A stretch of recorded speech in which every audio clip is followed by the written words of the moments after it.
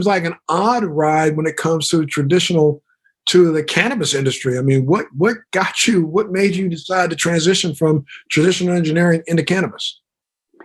Well, I mean, I guess put it this way, right? If you look at traditional engineering, you look at the way the world works, the equations of motion, equations of thermodynamics, and trying to model what really happens in real life. Uh, I think what right now I'm just modeling weed. So, uh, that's the kind of the analogies that come with it. But I know that you were also you had you were some military background yourself. Well, I have military background, but my degree is from the Naval Academy in general engineering. So I just thought it was interesting, though, that you transitioned from engineering into being a cannabis. Have you always been a cannabis enthusiast? Yeah, I'd say from when I was 16, I figured out that I wanted to have math and science first and second period, and that let the rest of the day happen.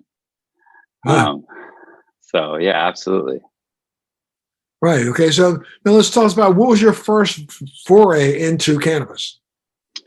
I think very classic, right? It was, older siblings from one of your best friends who hanging out and, started to really kind of, was a break for me, really started to enjoy it. And then I think the big thing that happened was we started going to Reggae on the River, in high school. Ah, okay. What years were you going to Regular River? I've spent a couple of years up there myself. This would have been early 2000s. Same here. I was up there early 2000s. I probably was there, I think, 2003, 2004. I spent those 2 years up there.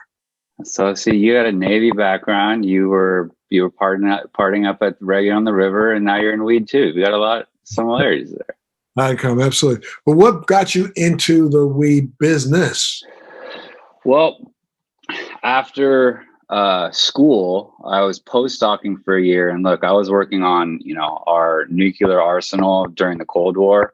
My master's was really like someone decided that, hey, we built a bunch of nuclear weapons really, really fast. Like, someone want to check in on those things and see how they're doing. And so it worked on that. Then I worked on the DDG 1000, the new Navy destroyer, and was working on the effects of blast. And it was all fine and dandy. But during my postdoc, when I wrote a really big dissertation on how much money the Navy could have saved on their designs. And then I got, during the postdoc, I got the note back that said, thanks for the work. We've already built the ship. We were just trying to cover our tracks. And so, it wasn't necessarily the best, dinner conversation. Yes, we're trying to do some protection and everything else, but we had been throwing events, for a long time, just little events, but we were promoters, both